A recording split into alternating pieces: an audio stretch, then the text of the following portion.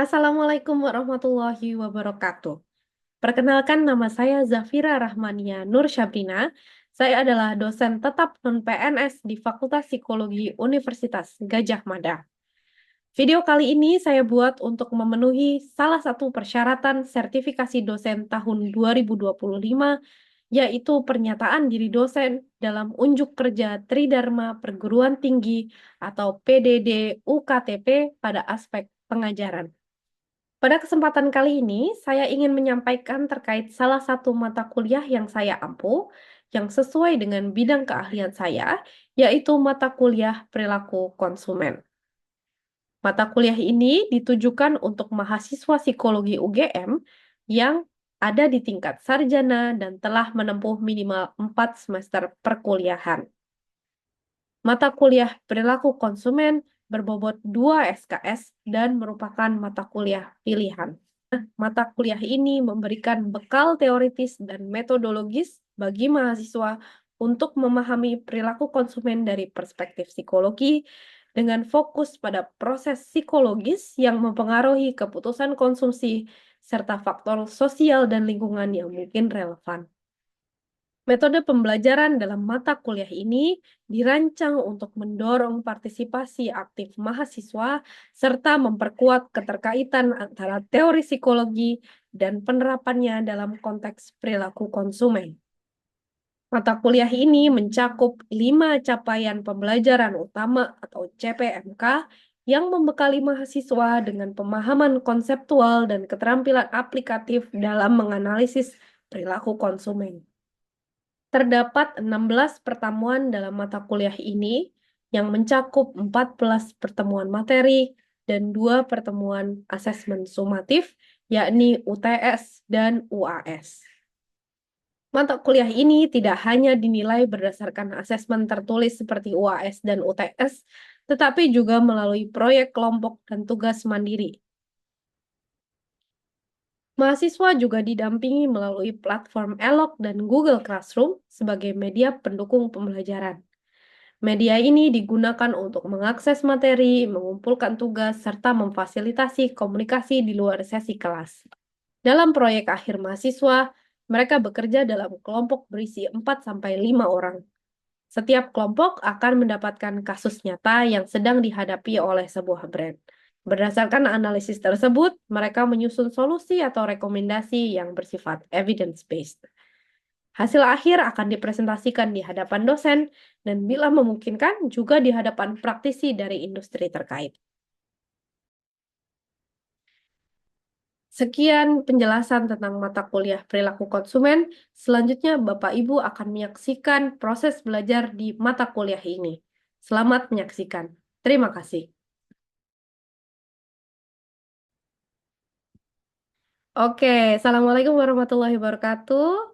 Salam sejahtera untuk kita semuanya. Selamat datang teman-teman di pertemuan ke-6 kelas perilaku konsumen. Nggak kerasa ya, kita ternyata sudah ketemu 5 kali sebelumnya. Nah, sebelum kita mulai kuliah, pengen tahu dulu apakah sejauh ini materinya cukup jelas ya? Kalau misalnya cukup jelas, boleh acungkan jempol. Mana nih yang ngacung jempolnya? Oke, oke, mantap. Sip, ada yang ngasih emoticon. Sip, terima kasih teman-teman. Mungkin kalau nanti ada yang kurang jelas, ada pertanyaan, masukan, bisa langsung on mic. Tapi kalau malu, saya tahu mungkin beberapa teman-teman malu bisa kirim email atau kirim WhatsApp gitu ya. Nah, karena ini sudah pertemuan ke-6, kayaknya baik kalau kita mengulas kembali kemarin kita belajar apa aja gitu. Em, kita mulai dari rancangan pembelajaran kita yang dulu sudah dibagikan di awal semester ya. Tentu saya tidak mengajar ini sendirian, tetapi juga dengan Bapak Rahmat Hidayat, yang sekarang juga menjabat sebagai dekan, teman-teman pasti tahu. Nah, kemarin di pertemuan pertama kita belajar tentu introduction dulu, belajar apa itu peran psikologi dalam perilaku konsumen. Nah, di pertemuan kedua, karena kita itu belajar perilaku konsumen, kita juga harus belajar sedikit tentang marketing. Teori-teori marketing, terutama segmentation, targeting, and positioning. Di pertemuan ketiga, kita belajar tentang peran kepribadian dalam membentuk motivasi membeli konsumen. Kemudian Di pertemuan keempat, kita belajar tentang bagaimana persepsi konsumen itu dibentuk, dan di pertemuan kelima kemarin kita mendalami proses belajar konsumen.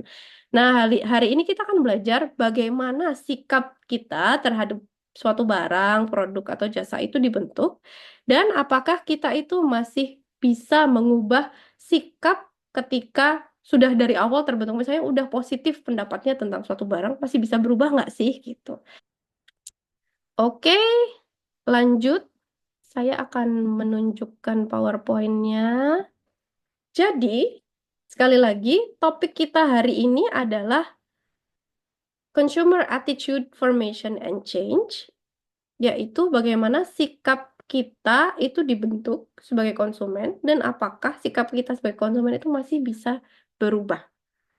Pertama, saya pengen tanya dulu, sikap itu apa sih? Mungkin ada yang mau menjawab, sikap itu apa sih?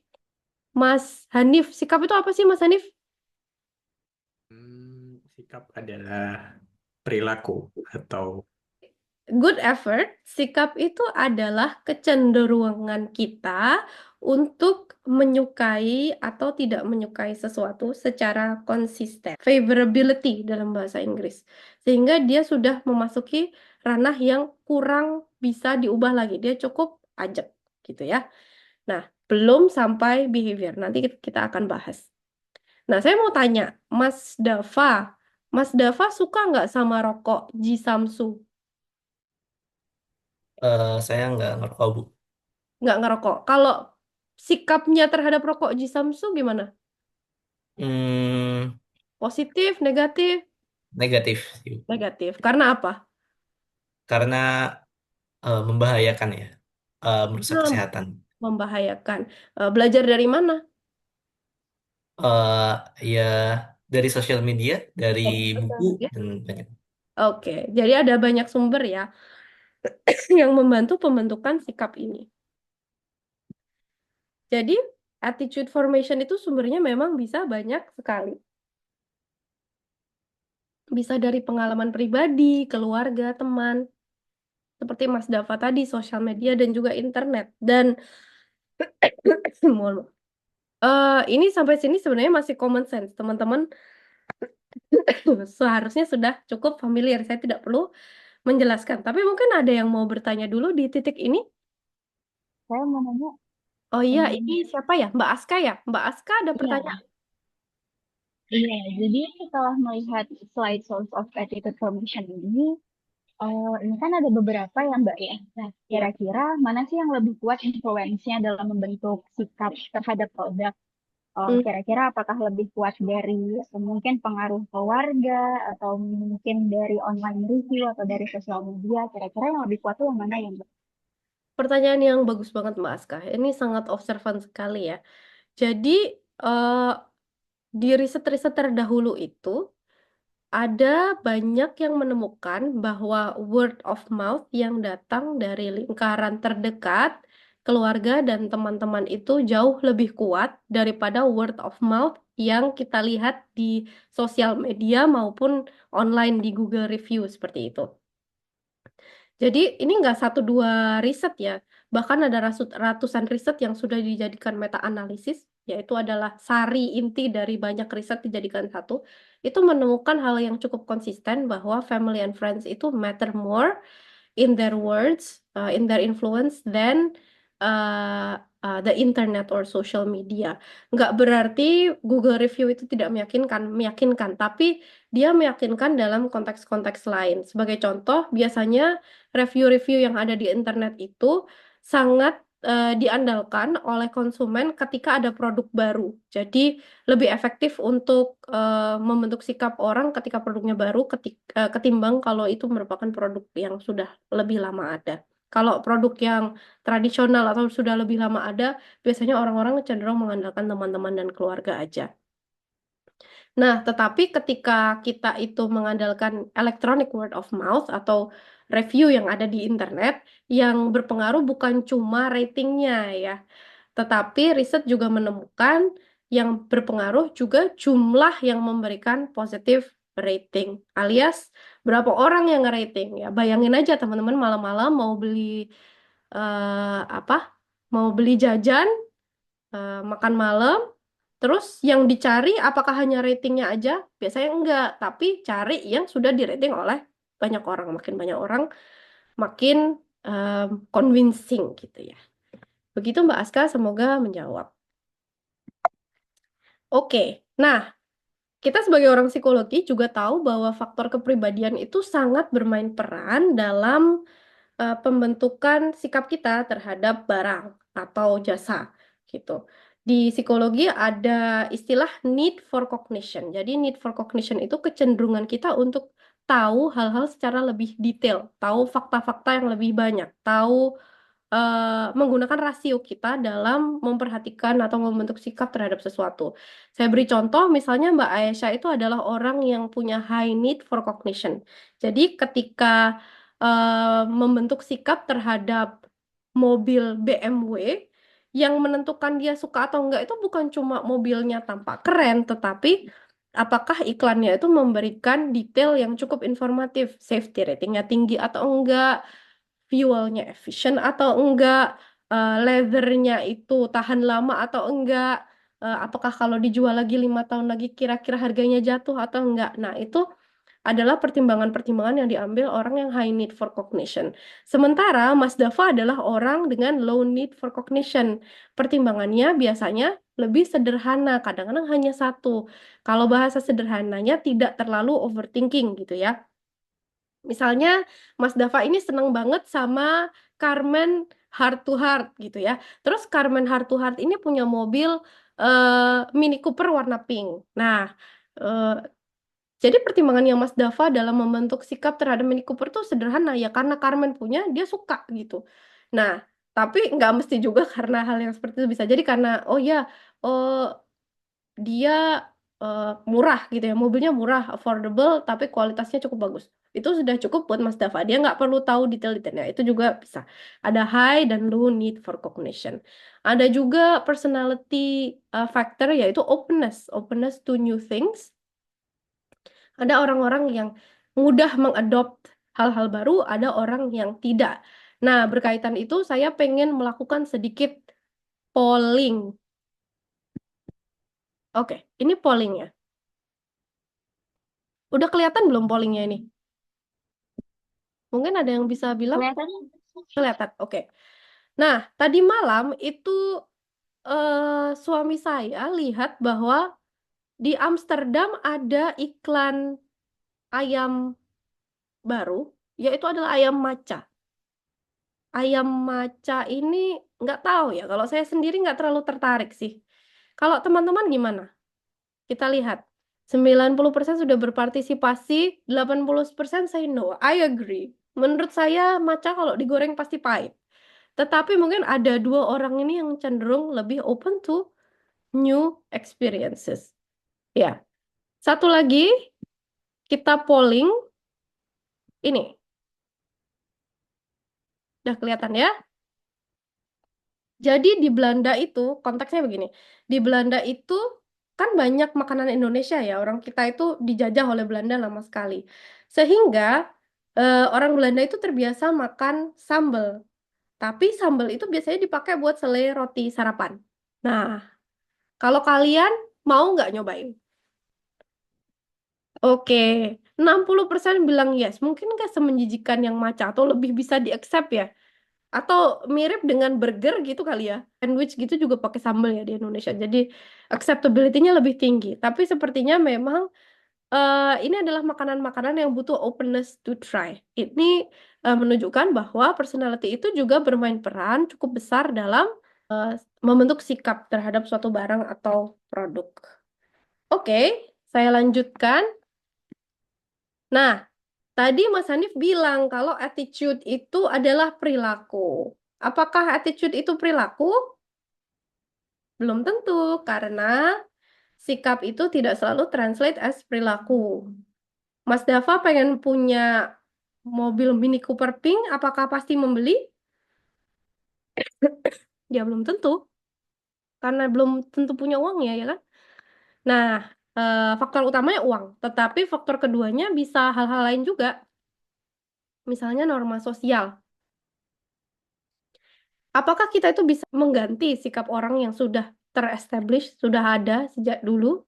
Jawabannya tentu bisa ya. Dan ada banyak cara kita bisa mengubah sikap seseorang terhadap produk. Cara pertama adalah dengan mengubah sikap dengan menyasar produk itu sendiri.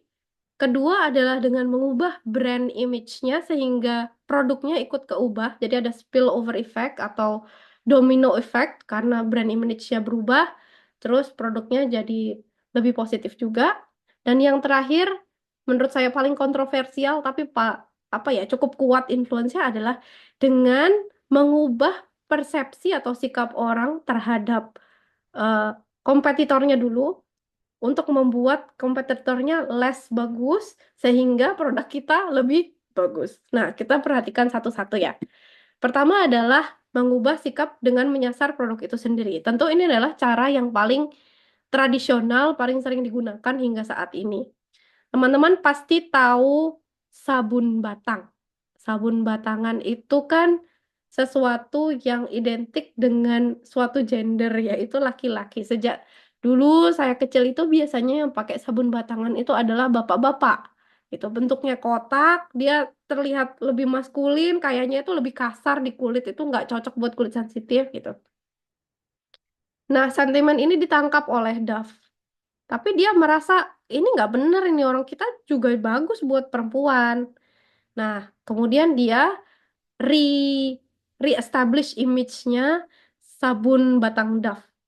Bentuknya dibuat oval cantik, ukirannya dibuat bagus, feminin gitu. Dan yang paling penting, dia mengabarkan pada halayak ramai melalui iklan-iklannya bahwa sabun Dove itu sebenarnya lebih baik untuk kulit daripada sabun cair, bikin kulit yang tadinya sensitif, yang sebenarnya sensitif itu tetap mulus. Sementara kalau sabun cair itu biasanya bikin kulit lebih kering. Nah, tentu yang appeal sama iklan-iklan sebenarnya yang seperti ini adalah perempuan karena mereka yang kulitnya lebih sensitif begitu.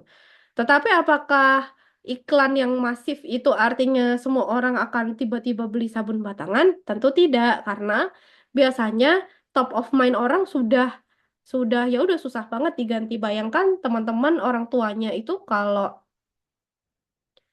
membahas satu kategori produk kan menggunakan nama brandnya. Kalau beli beli odol, odol itu kan merek ya, odol. Kalau odol yang bagus apa? Pepsodent. Kalau motor yang bagus Honda. Nah, mengubah sikap itu, mengubah top of mind itu butuh diulang-ulang-ulang. Makanya kalau iklan di Indonesia, iklan TV, kadang-kadang satu iklan itu diputar 3 kali sampai bosen. Karena itu gunanya untuk mengubah top of mind-nya orang-orang. Kedua, mengubah brand image dari brandnya itu sendiri, bukan produknya. McD adalah brand yang kita semua kenal dan sudah ada hampir 75 tahun. Nah, pada tahun 1980-an itu, jumlah pelanggan McD tiba-tiba turun drastis karena di tahun itu banyak fast food chain Amerika yang muncul dan mengiklankan diri sebagai fast food chain yang sehat, terutama fast food chain Itali-Itali gitulah, yang jualan bukan cuma burger tapi jualannya pasta, terus ada salad gitu. Sementara pada saat itu McD belum jualan salad. Nah, McD kemudian membuat rebranding, rebrandingnya nggak ada kaitannya sama kesehatan. Jadi ada tagline ini, McDonald's, I'm loving it. Tapi bersamaan dengan rebranding ini, dia mengeluarkan produk-produk baru. Sehingga rebrandingnya juga terasosiasi dengan produk-produk yang lebih sehat. McD menjadi dianggap brand yang lebih sehat. Seperti itu. Di tahun 2010 atau 15 ya, pokoknya kira-kira 10 tahun yang lalu, McD juga bikin rebranding. Kira-kira rebrandingnya apa? Mungkin teman-teman masih terlalu kecil ya, tapi tahun 2015, Ronald McDonald itu pensiun. Nah, Ronald McDonald si badut yang menyeramkan itu pensiun karena eh McDonald itu terlalu terasosiasi pada anak-anak. Sementara yang punya uang kan orang dewasa ya. Jadi mereka pengen rebrand sebagai brand yang juga cocok buat orang dewasa gitu. Makanya Ronald McDonald sampai sekarang sebenarnya dia nggak dibahasakan sebagai pensiun tapi hiatus, cuma nggak balik-balik. Jadi kita anggap aja dia pensiun gitu. Terakhir itu adalah mengubah eh, sikap orang dengan menghadirkan kompetitor yang less good. Nah, di Belanda itu kalau pergi ke supermarket, di depannya sering ada banner dari supermarket lain. Contohnya saya belanja ke supermarket Albert Heijn. Di depan supermarket Albert Heijn itu ada iklan dari supermarket Dirk. Iklannya tuh berbentuk standing banner, ada dua gambar receipt gitu, receipt dari Albert Heijn dan receipt dari Dirk dibandingkan. Terus yang Dirk itu menuliskan totalnya, di highlight totalnya, Dirk 20% lebih murah. Itu dia taruh di depannya Albert Heijn terang-terangan. Nah, bagi saya kalau di Indonesia seperti ini, bayangkan kalau misalnya Indomaret itu di depannya dipasangi iklan dari Alfamart dengan cara yang sama, kayaknya mereka udah ribut gitu. Ini adalah cara cari ribut kalau menurut saya. But maybe it's effective in some places around the world ya. Dulu juga pada berpuluh-puluh tahun yang lalu, Pepsi juga bikin iklan serupa di mana kita tahu ya kalau misalnya berpikir soda pasti yang dipikir cola bukan Pepsi, dan Pepsi juga tahu itu orang itu lebih top of mind-nya lebih cola daripada Pepsi, sehingga mereka hadir di department store di Amerika bikin blind test, mempersilahkan orang-orang untuk mencoba dua soda, yang satu cola, satunya Pepsi. Terus ditanyain yang mana yang lebih enak, A atau B? Oh B. Menurutmu itu cola atau Pepsi? Cola. Enggak, itu Pepsi. Kamu selama ini ngira cola lebih enak kan? Sebenarnya yang enak itu Pepsi loh gitu. Nah, itu adalah cara mereka mengubah sikap. Nah, kita perlu tahu bahwa dalam melakukan persuasi, kan ketika kita melakukan marketing itu kita melakukan persuasi ya. Persuasi itu bisa dilakukan dengan dua rute. Nah, dua rute ini dicetuskan oleh almarhum Profesor eh, Daniel Kahneman, adalah pemenang Nobel Prize bidang ekonomi. Beliau sebenarnya adalah seorang psikolog dan beliau bilang bahwa dalam mempersuasi seseorang itu bisa menggunakan satu dari dua rute. Rute pertama namanya central route to persuasion, di mana kita menyajikan fakta-fakta, menggunakan rasio dari konsumennya. Sementara jalur kedua adalah jalur perifer atau menggunakan shortcut. Misalnya dengan menggugah emosi seseorang. Misalnya seperti ini, perifer itu. Iklan iklan es teh, teh botol sosro misalnya. Itu dia nggak cerita kalau oh kandungan gulanya segini, terus karena kandungan gulanya tinggi, kemudian orang menjadi lebih energetik, itu nggak. Tapi dia makan bakso panas-panas, terus sambil minum teh botol sosro, terus minum apa? Terus gini, ah, gitu kan? Itu menggugah emosi orang, membuat orang oh ternyata seger ya, enak ya sambil makan bakso minum teh botol sosro seperti itu. Jadi dia nggak menggunakan rasio dari konsumennya, enggak gitu. Nah, apakah ada satu dari dua jalur ini yang lebih efektif atau lebih baik? Sebelum saya jawab itu, saya mau memberitahu dulu nih bahwa ketika kita menggunakan jalur sentral untuk mempersuasi orang, itu kita butuh lebih banyak atensi dan waktu dari konsumennya. Seperti ini, iklan Activia yogurt, dia memberitahu berbagai fakta tentang yogurtnya, ada probiotiknya, ada ininya, itunya. Bayangkan teman-teman pulang kerja atau pulang kuliah dari pagi sampai sore 10 SKS, lihat iklan kayak gini, apakah kalian masih punya kapasitas kognitifnya? Mungkin nggak. Udah capek, nggak ada waktunya juga. Nah, jadi eh, jalur sentral untuk persuasi itu tidak untuk semua iklan. Contohnya yang ini adalah contoh yang perifer. Iklan KFC yang dibawakan oleh Ronaldo. Dia nggak cerita apa-apa tentang ayamnya, nggak nyebut ayamnya sehat, nggak nyebut harganya. Cuma ada Ronaldo doang, udah itu doang.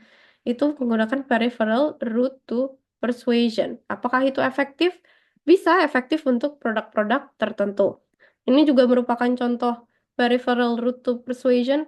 Ini iklan make up. Nggak ada fakta tentang make upnya, misalnya harganya berapa, terus apakah dia mengandung mineral atau moisturizer atau apa, nggak ada. Cuma bilang, do you want eyes like hers? Gitu. Appealing to emotionnya si konsumen. Apakah ada satu atau yang lain yang lebih efektif? Tidak ada. Yang ada adalah untuk produk-produk tertentu yang sentral lebih efektif, untuk produk lain yang perifer lebih efektif.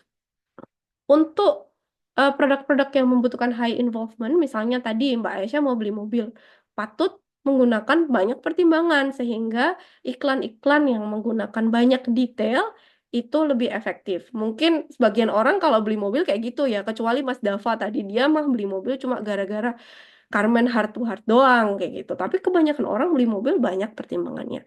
Sementara kalau mau beli soda nggak perlu kita tahu terlalu banyak fakta, apalagi soda itu sesuatu yang orang sudah familiar lah, nggak perlu dijelasin lagi.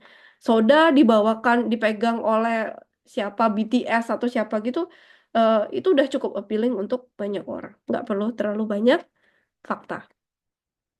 Jadi kalau suatu saat nanti teman-teman memutuskan untuk jadi bagian tim marketing, patut dipertimbangkan dia produknya jenisnya apa, kira-kira high involvement atau enggak, baru ditentukan strategi marketing. Begitu, mungkin sampai sini ada pertanyaan? Iya, silakan Mas Dava. Oke Bu, di sini kayaknya saya mau nanya tentang apa ya, eh yang agak real case sih. Sebenarnya mungkin teman-teman juga tahu sebenarnya kan sekarang itu lagi rame itu padel tuh, olahraga padel. Hmm, Nah itu kan kita bisa ngelihat dari perspektif konsumen juga. ya. Kira-kira apa sih yang bisa bikin dia itu bisa tiba-tiba booming gitu ya? Hmm, Eh, apa yang bisa dilihat kira-kira dari perspektif perilaku konsumen? oke. Mungkin itu sih.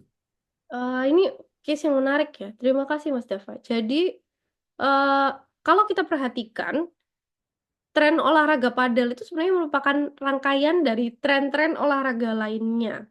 Sebelum padel ingat nggak ada apa? Tren olahraga apa? Ada, kalau saya ingatnya sebelum padel itu ada tren olahraga tenis, sebelum itu ada olahraga golf, sebelum itu ada olahraga running, ya. Jadi cuma ganti-ganti doang dia itu. Nah, tentu motivasi seseorang untuk engage dalam olahraga-olahraga ini bisa beda-beda ya. Di psikologi kita mengenal ada kepribadian neofilia, yaitu adalah orang-orang yang senang mencoba hal baru. Dia excited untuk mencoba hal baru. Bisa jadi orang-orang yang engage in kegiatan padel itu ya emang orang-orang yang excited aja nyobain gitu.